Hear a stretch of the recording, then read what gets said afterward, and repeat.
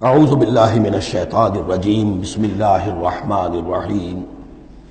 اب وہ ایک نقشہ کھینچ رہے ہیں کہ اللہ کے عباد الرحمن، اللہ کے بندے، خاص اللہ کے بندے، اللہ کے چہیتے بندے، اللہ کے محبوب بندے کیسے ہوتے ہیں۔ اس کو پڑھیے اسی طریقے سے کہ دل میں ارادہ رکھیے، کم سے کم امنگ اور آرزو تو ہو کہ ہم بھی اللہ تعالی ہمیں توفیق دے کہ ہم ایسے ہی بننے کی کوشش کریں۔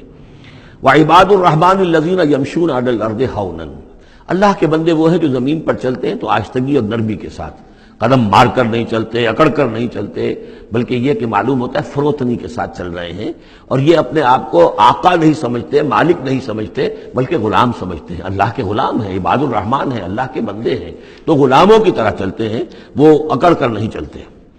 وَإِذَا خَاطَبَهُمُ الْجَاهِلُونَ قَالُوا سَلَامًا، ایک ان کا وصف یہ ہے کہ جب جاہل لوگ، اجڑ لوگ، مشتعل مزاج لوگ خام خواہ ان سے الجھنا چاہیں، بحث و مباحثے میں انہیں جو ہے وہ خام خواہ الجھانا چاہیں تو وہ کہتے ہیں سلام، وہ الجھتے نہیں ہیں، بحث و تبحیث کے اندر نہیں۔ جب وہ دیکھتے ہیں کہ ایک شخص بحث پر اتر آیا، وہ اب بات سمجھنا نہیں چاہتا، اس کے اوپر ضد جو ہے وہ مسلط ہو چکی ہے، تو اب خام خواہ اس کے ساتھ وہ الجھے رہنا، جس کو ہم کہتے ہیں ہمارے ہاں وہ پنجاب میں یہ سینگ پھنسا کر آدمی جو ہے وہ اپنا وقت ضائع کرے، اس کا بھی وقت ضائع کرے، کوئی فائدہ نہیں۔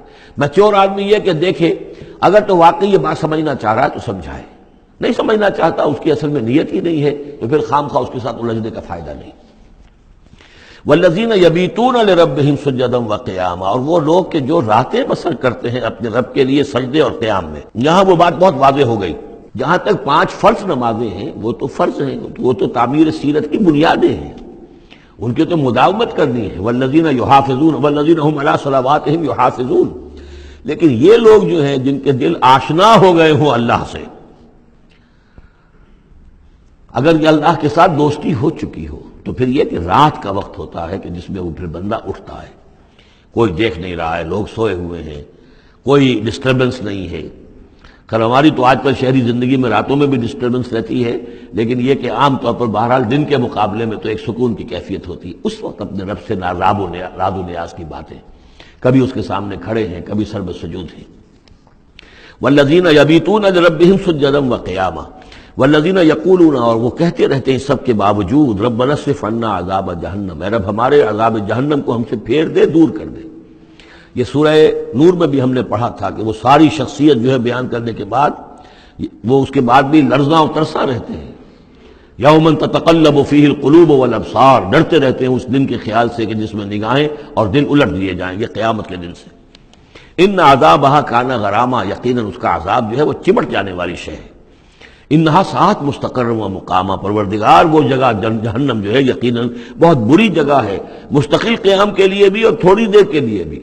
جو میں نے عرض کیا تھا کہ دنیا میں بری سے بری جگہ بھی جو ہے اس میں بھی آپ تھوڑی دیر کے لیے جائیں گے تو ریکریشن ہو جائے گی چینج کی وجہ سے، اور اچھی سے اچھی جگہ جو ہے اس میں بھی مستقل رہنا پڑے تو پھر اس کے اندر کوئی حسن اور کوئی جو ہے دلچسپی باقی نہیں رہے گی۔ تو اس کے بجائے جو جنت کا اور جنت کا تصور دیا جا رہا ہے، جنت اتنی اچھی جگہ ہے کہ مستقل طور پر رہنے کے باوجود اس کی دلچسپیوں میں، اس کی رعنائیوں میں کوئی کمی نہیں ہوگی، اور جہنم اتنی بری جگہ ہے کہ ایک لحظے کے لیے بھی کسی کا قدم وہاں گیا تو وہ اپنی پوری جو ہے سختی اس کے اوپر ظاہر کر دے گی۔ والذین اذا انفقوا لم یسرفوا ولم یقتروا وکان بین ذلک قواما، اور وہ لوگ کہ جو خرچ کرتے ہیں تو نہ تو وہ اسراف کرتے ہیں اور نہ ہی بخل سے کام لیتے ہیں، بلکہ اس کے بین اعتدال جو ہے واقعہ یہ ہے کہ دنیا کا مشکل ترین کام ہے، توازن اور اعتدال۔ ظاہر بات ہے یہ لوگ جو میچور ہیں، سمجھدار ہیں، اب ان کے ہاں یہ ہوگا کہ ان کے اس خرچ کرنے کے معاملے میں بھی اعتدال ہوگا۔ والذین لا یدعون مع اللہ الہا آخر، 3 کبیرہ گناہ وہ ہیں جیسا کہ ہم نے پڑھا ہے سورہ نساء میں بھی، ان تجتنبوا کبائر ما تنہون عنہ، تو بڑے بڑے گناہ وہ کون سے ہیں کہ جن سے اگر تم باز رہو تو باقی چھوٹے گناہ تو اللہ تعالیٰ جو ہے وہ معاف بھی کرتا رہے گا۔ اور ان میں سے سب سے بڑا تو 2 مرتبہ فرمایا شرک، اور شرک کے بعد پھر قتل ناحق اور پھر زنا، یہ 3 ہیں۔ قتل ناحق سے بھی در حقیقت تمدن کی جڑ کٹ جاتی ہے، اور زنا سے تمدن جو ہے وہ سڈاس بن جاتا ہے، پھر اس کے اندر گندگی ہو جاتی ہے۔ تو اس حوالے سے یہ 3 چیزیں یہاں بیان کی جا رہی ہیں۔ والذین لا یدعون مع اللہ الہا آخر، وہ لوگ کہ جو نہیں پکارتے اللہ کے ساتھ کسی اور معبود کو۔ ولا یقتلون النفس التي حرم اللہ الا بالحق، نہ ہی قتل کرتے ہیں کسی جان کو جس کو کہ اللہ نے محترم ٹھہرایا ہے مگر حق کے ساتھ۔ قتل کے بدلے قتل والا معاملہ ہے، یا مرتد کا قتل ہے، یا زانی شادی شدہ کا رجم ہے، جو بھی ہے. ولا یزنون، نہ وہ زنا کرتے ہیں. ومن یفعل ذلک یلقى اثاما، اور جو کوئی بھی یہ کام کرے گا وہ اس کی پاداش کو پکڑ کر اس کو جو ہے اس حاصل کر کے رہے گا، یعنی لازمہ اس کی سزا اس کو مل کر رہے گی. یلقى اثاما یضاعف له العذاب یوم القیامہ، قیامت کے دن اس کا عذاب دگنا کر دیا جائے گا. یہ آیت اس اعتبار سے بہت اہم ہے کہ منکرین حدیث نے بہت شور مچایا ہوا ہے کہ قرآن مجید میں کہیں عذاب قبر کا کوئی تذکرہ نہیں ہے، صراحتاً واقعتاً نہیں ہے، احادیث میں بہت تفصیل ہے، لیکن یہ کہ یہ مقام ایسا ہے کہ جس سے ثابت ہوتا ہے کہ قیامت کے دن سے پہلے بھی عذاب ہے. یضاعف له العذاب یوم القیامہ، دگنا کیا جائے گا ان کے لیے عذاب قیامت کے دن. اس کا مطلب ہے کہ عالم برزخ میں بھی ان کے لیے عذاب ہے. اور جو فرمایا گیا ہے کہ یہ جو قبر کا گڑھا ہے یا یہ جہنم کے گڑھوں میں سے ایک گڑھا ہے، اور یا جنت کے باغیچوں میں سے ایک باغیچہ ہے، اور یا تو وہاں ایک کھڑکی کھول دی جاتی ہے جنت کی جہاں سے ٹھنڈی ہوائیں اور خوشبوئیں آتی رہتی ہیں، اور یا یہ کہ کھڑکی کھول دی جاتی ہے جہنم کی طرف جس سے آگ کی لپٹ اور گرمی جو ہے اور لو جو ہے وہ آتی رہتی ہے. یضاعف له العذاب یوم القیامہ، قیامت کے دن اس کے لیے عذاب دگنا کر دیا جائے گا. ویخلد فیہ مہانا، اور پھر وہ رہے گا اس عذاب میں ہمیشہ ہمیشہ. الا من تاب، استثناء ہے، استثناء یہ ہے من تابہ، جو جس نے توبہ کر لی دنیا ہی کے اندر موت کے آنے سے پہلے ما لم یغرغر. الا من تابہ وآمن، اور ایمان لایا. گویا کہ جو شخص اس قسم کے گناہوں میں مبتلا ہوتا ہے چاہے وہ قانوناً کافر نہ ہو، حقیقتاً وہ کافر ہو جاتا ہے، ایمان اس کے دل سے نکل جاتا ہے. لہذا توبہ گویا کہ اثر نو ایمان لانے کے مترادف ہے. الا من تابہ وآمن وعمل عملا صالحا، اور وہ پھر عمل کرے نیک. فاولئک یبدل اللہ سیئاتہم حسنات، تو ایسے لوگوں کی برائیوں کو اللہ تعالیٰ نیکیوں سے بدل دیتا ہے. اس کے دونوں معنی ہے کہ توبہ کے نتیجے میں ایک تو نامہ اعمال میں جو اندراج ہوا تھا برائی کا وہ صاف ہو جائے گا اور اس کی جگہ نیکی کا اندراج ہو جائے گا. اور یہ معنی بھی ہے کہ زندگی میں اس دنیا میں توبہ کے نتیجے میں اخلاق جو ہے وہ پاک صاف ہو جاتے ہیں، دامن اخلاق کے دھبے دھل جاتے ہیں، اور انسان کا جو دامن کردار ہے پھر صاف شفاف ہو جاتا ہے. وَكَانَ اللَّهُ غَفُورًا رَحِيمًا، اور اللہ تعالیٰ غفور الرحیم ہے. وَمَن تَابَ وَعَمِلَ صَالِحًا، اب دوبارہ تکرار کی گئی، اور جو توبہ کرے اور پھر نیک عمل کرے فَإِنَّهُ يَتُوبُ إِلَى اللَّهِ مَتَابًا، تو وہ ہے کہ جو توبہ کرتا ہے اللہ کی جناب میں جیسا کہ توبہ کرنے کا حق ہے.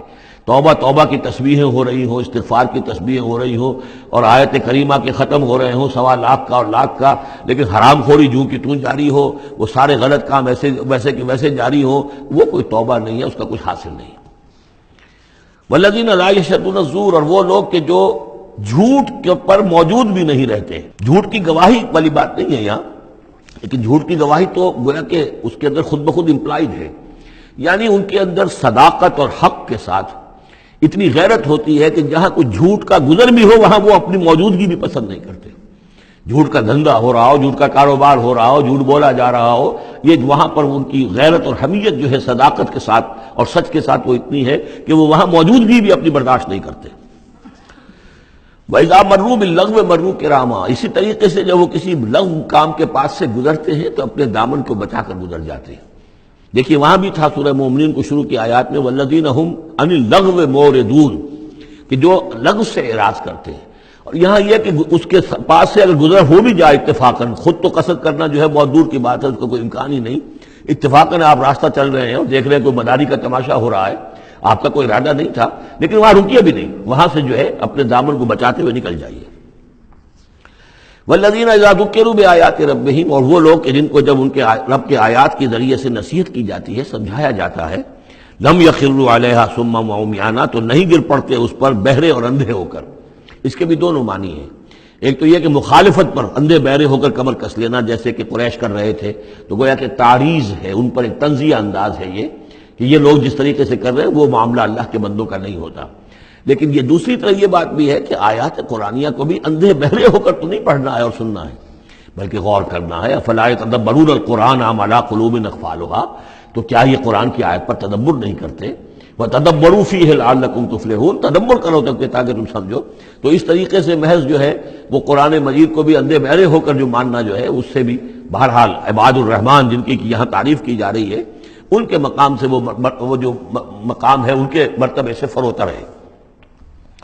وَالَّذِينَ يَقُولُونَ رَبَّنَا هَبْ لَنَا مِنْ أَزْوَاجِنَا وَذُرِّيَّاتِنَا قُرَّةَ أَعْيُنٍ، اور وہ لوگ جو کہتے ہیں کہ اے رب ہمیں اپنی بیویوں اور ہماری اولاد کی طرف سے آنکھوں کی ٹھنڈک عطا فرما، یعنی یہ کہ جس راستے پر ہم چل رہے ہیں ہماری اولاد ہمارے گھر والے بھی اسی راستے پر چلیں تاکہ ہماری آنکھیں ٹھنڈی ہوں۔ ایسا نہ ہو کہ میں تو اللہ کے دین کے راستے کی طرف چلنے کی کوشش کر رہا ہوں اور اولاد کسی اور طرف کو زور لگا رہی ہے، تو ایک کشاکش ہے۔ پھر یہ جو صورتحال جو ہے فرکشن گھر کے اندر پیدا ہوتی ہے، تو اللہ تو ہمیں ہمارے گھر والوں سے آنکھوں کی ٹھنڈک عطا فرما۔ اور آنکھوں کی ٹھنڈک ظاہر بات ہے عباد الرحمن کی کن چیزوں میں ہوگی کہ وہ بھی اللہ کے بندے بنے، اللہ کی بندگی کے راستے کو اختیار کریں۔ وَجْعَلْنَا لِلْمُتَّقِينَ إِمَامًا، اور ہمیں متقیوں کا امام بنا۔ اس کا یہ مطلب نہیں ہے کہ امامت کی طلب ہے، بلکہ یہ کہ ہم خود امام ہیں۔ ایک شخص اپنے گھر کا سربراہ ہے، امام ہے، تو اے اللہ جن کے ہم امام ہیں انہیں متقی بنا دے۔ اس لیے کہ ظاہر بات ہے کہ میدان حشر میں جب ہم چلیں گے تو ایک شخص کے پیچھے اس کی اولاد چلی آ رہی ہے اور معلوم ہو کہ وہ تو جہنمی ہیں جو چلے آ رہے ہیں، یہ خود تو بہرحال ایک نیک آدمی تھا، نہیں، ہمارے پیچھے جو ہماری نسلیں آئیں اے اللہ انہیں بھی متقی بنا۔ جن کے ہم امام ہیں، جو ہمارے پیچھے ہیں، جن کے کہ ہم دنیا میں جیسے کہ فرمایا ہے ایک حدیث میں بھی آتا ہے کلکم راعٍ وکلکم مسئول عن رعیتہ، تم میں سے ہر شخص کی حیثیت ایک چرواہے کی ہے، اور اللہ نے کچھ نہ کچھ مخلوق جو ہے اپنی اس کے چرواہے کے حوالے کی ہے۔ تمہاری اولاد ہے، تمہاری بیوی ہے، یہ گھر کنبہ ہے، یہ تمہارا جو ہے یہ گویا کہ تمہارے متبعین ہیں، تمہارے فالوورز ہیں، تو اللہ ہمارے فالوورز کو متقی بنا دے اور ہماری جو امامت ہے وہ متقیوں کی امامت ہو۔ اولئک یجزون الغرفۃ بما صبروا، یہ وہ لوگ ہیں کہ جن کو بالا خانے ملیں گے ان کے صبر کی جزا میں، انہوں نے صبر کیا۔ ظاہر بات ہے کہ اللہ دنیا میں بے شمار مواقع آتے ہیں حرام خوری کے، ایک بندہ مومن بچتا ہے، بہت سے مواقع پر اللہ تعالیٰ موقع دے کر آزما لیتا ہے کہ ذرا سی بھی اس کی اندر کمی ہو تو پھر یہ نکل جائے کسی غلط راستے کی طرف۔ انسان جو ہے صبر کرتا ہے، جذبات کو روکتا ہے، اپنی خواہشات کو روکتا ہے، شہوات کو تھامتا ہے، ان تمام چیزوں کو سنبھال کر یہ سب گویا کہ پوری زندگی صبر ہے۔ تو بما صبروا اولئک یجزون الغرفۃ بما صبروا، یہ وہ لوگ ہوں گے کہ جنہیں بدلے میں ملیں گے بالا خانے جنت کے ان کے صبر کے عوض۔ وَيُلَقَّوْنَ فِيهَا، ان کا استقبال کیا جائے گا وہاں جنت میں، ان بالا خانوں میں، تحیۃ وسلاما، سلام کے ساتھ اور دعاؤں کے ساتھ۔ خالدین فیہا، وہ رہیں گے اس میں ہمیشہ ہمیش۔ حسنت مستقرا و مقاما، بہت ہی عمدہ ہے وہ جگہ، مستقر کے طور پر بھی، مستقل قیام گاہ کے طور پر بھی، اور مقامہ تھوڑی دیر کے لیے بھی۔ تو یہ گویا کنٹراسٹ ہے۔ جہنم کو فرمایا ساعت مستقر و مقامہ، اور جنت حسنت مستقر و مقامہ۔ قل ما یعبأ بکم ربی، اے نبی ان سے کہہ دیجئے میرے رب کو تمہاری کوئی پرواہ نہیں ہے۔ یہ نہ سمجھو کہ میں تمہارے پیچھے اپنے آپ کو ہلکان کر رہا ہوں، تو میرے رب کو کوئی تمہاری ضرورت ہے؟ میری یا میرے رب کی کوئی ضرورت اٹکی ہوئی ہے تمہارے بغیر، وہ بات پوری نہیں ہوگی؟ یہ چھپر تم ہی اٹھاؤ گے تو اٹھے گا ورنہ اٹھ نہیں سکتا، یہ نہ سمجھو۔ قل ما یعبأ بکم ربی لولا دعاؤکم، اگر نہ ہوتا تمہیں پکارنا۔ اللہ نے یہ بات اپنے ذمے لی ہوئی ہے کہ تمہیں خبردار کر دیا جائے۔